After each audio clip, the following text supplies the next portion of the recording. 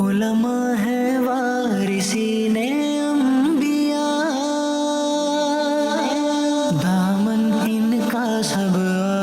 تھام لیں، یہ بانٹتے ہیں علم کی میراث،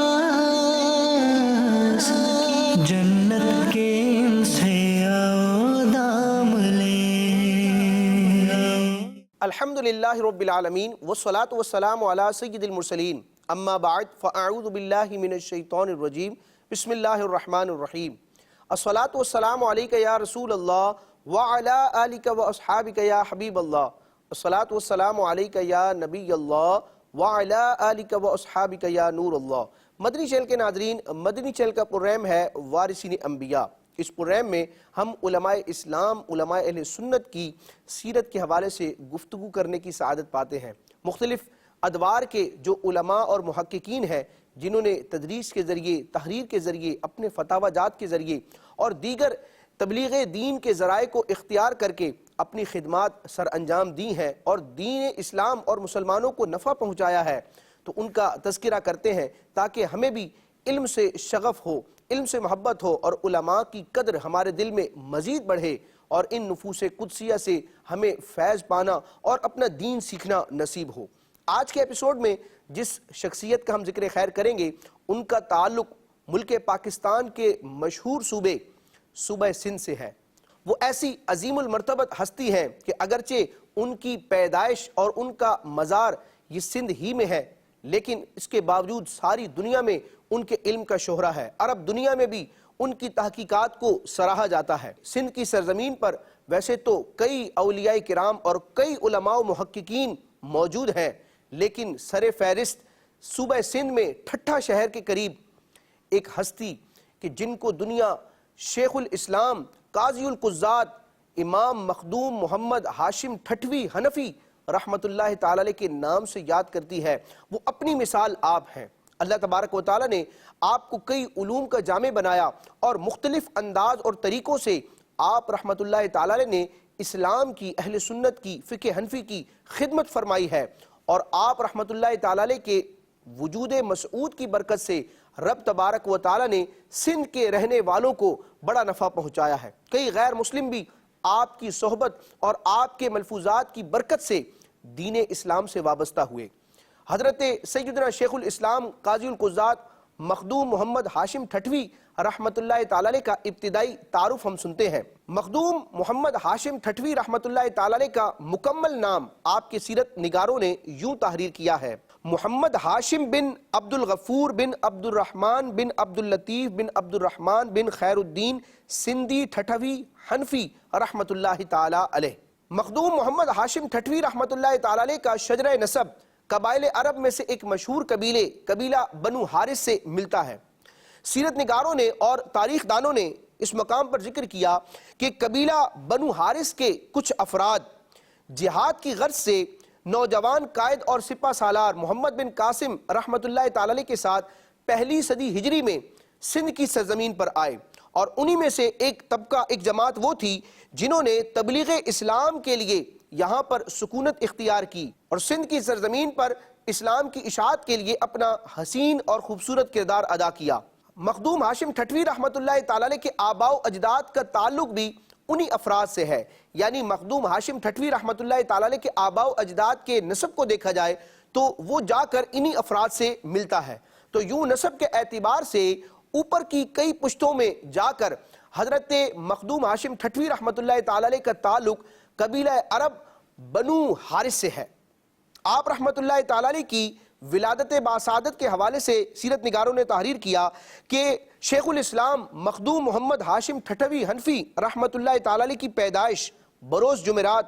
10 ربیع الاول سن 1104 ہجری میں ہوئی۔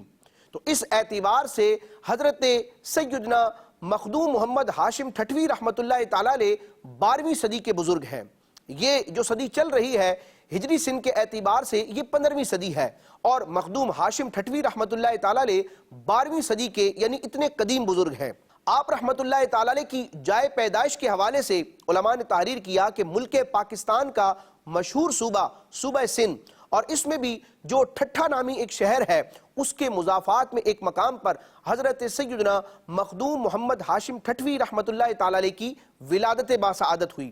مدنی چینل کے ناظرین، شیخ الاسلام مخدوم محمد ہاشم ٹھٹوی رحمۃ اللہ تعالی علیہ کی ولادت باسعادت چونکہ ٹھٹھا شہر کے مضافات میں ہوئی، پھر آپ رحمۃ اللہ تعالی علیہ علم دین حاصل کرنے کی غرض سے ٹھٹھا شہر تشریف لائے، یہیں پر آپ نے اپنی زندگی کے ایام گزارے اور اسی شہر میں آپ رحمۃ اللہ تعالی علیہ کا مزار ہے۔ تو اسی مناسبت سے آپ رحمۃ اللہ تعالی علیہ کے نام کے ساتھ ٹھٹوی کا لفظ استعمال کیا جاتا ہے، جو کہ اس بات کی نشاندہی کرتا ہے کہ سرزمین کے اعتبار سے آپ کا تعلق ٹھٹھا شہر سے ہے۔ آپ رحمۃ اللہ تعالی علیہ کے والد گرامی مولانا مخدوم عبد الغفور ٹھٹوی رحمۃ اللہ تعالی علیہ اپنے وقت کے بہت زبردست عالم دین تھے اور سندھ کے علماء میں آپ کا شمار اکابرین میں ہوتا تھا، لہٰذا مخدوم ہاشم ٹھٹوی رحمۃ اللہ تعالی علیہ کے والد گرامی نے بذات خود اپنے صاحبزادے کی علمی تربیت فرمائی۔ چنانچہ مخدوم محمد ہاشم ٹھٹوی حنفی رحمۃ اللہ تعالی علیہ نے اپنے والد گرامی کے زیر تربیت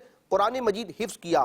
اس کے بعد عربی اور فارسی کی کئی کتابیں پڑھی۔ ان کتابوں کو پڑھنے کے بعد پھر مخدوم ہاشم ٹھٹوی رحمۃ اللہ تعالی علیہ شہر ٹھٹھا میں علم دین کے حصول کے لیے تشریف لائے، جو کہ اس وقت علم اور فن کا مرکز مانا جاتا تھا۔ چنانچہ ٹھٹھا شہر کے جو بڑے بڑے علماء محدثین فقہا تھے ان سے آپ رحمۃ اللہ تعالی علیہ نے اکتساب فیض کیا، علم دین حاصل کیا،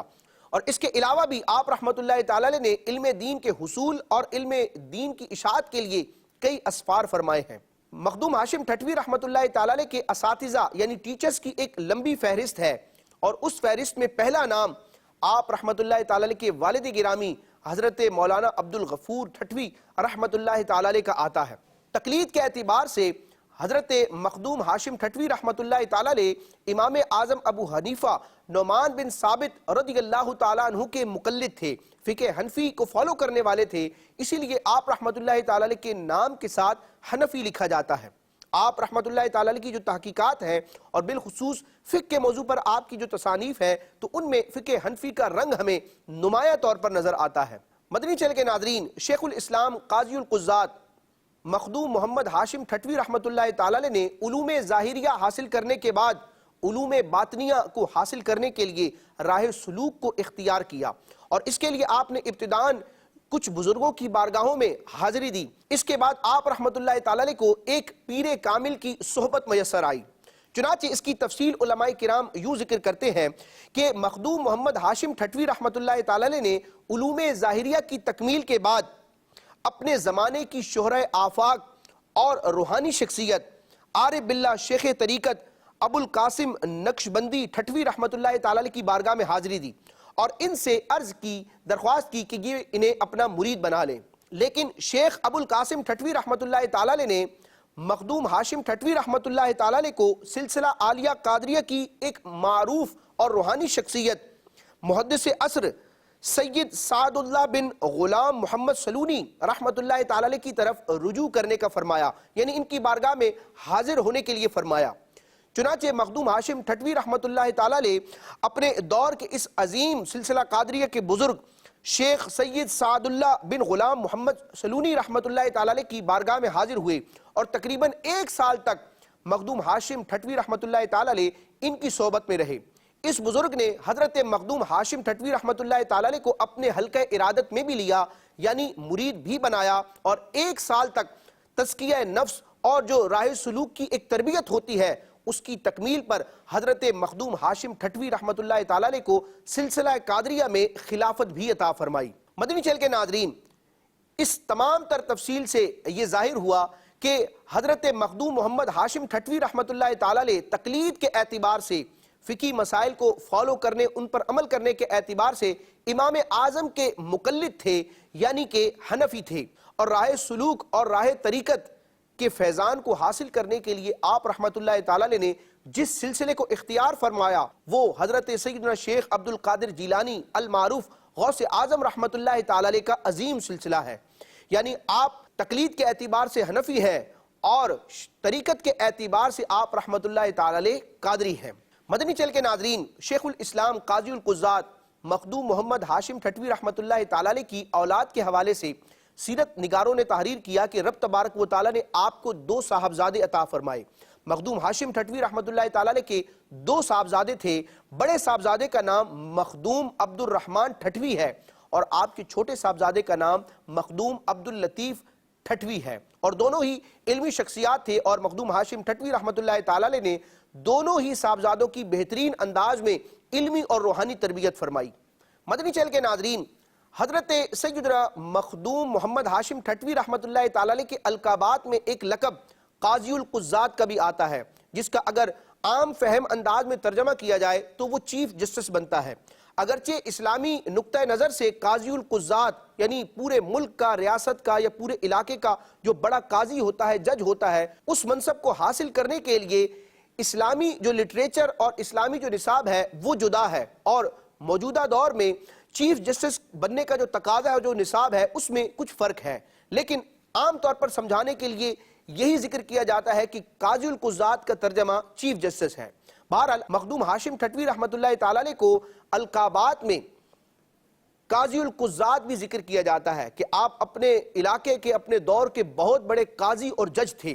اس کا پس منظر کیا ہے؟ چنانچہ آپ رحمۃ اللہ تعالی علیہ کو رب تبارک و تعالی نے جو علوم عطا فرمائے, تو علم کے ساتھ ساتھ آپ رحمۃ اللہ تعالی علیہ کو رب تبارک و تعالی نے دینی غیرت اور حمیت بھی عطا فرمائی تھی. لہٰذا مخدوم ہاشم ٹھٹوی رحمۃ اللہ تعالی علیہ کے دور میں بالخصوص صوبہ سندھ اور ٹھٹھا شہر میں جو غیر اسلامی رسومات رائج تھیں, جو بدعات خلاف سنت طریقے رائج تھے, آپ رحمۃ اللہ تعالی علیہ نے ان کو ختم کرنے اور ان کا کلا کما کرنے کے لیے اور اسلام اور سنت کے طریقے کو رائج کرنے کے لیے اپنی کوششیں فرمائیں. اور اس کوشش میں بنیادی طور پر آپ نے حاکم سندھ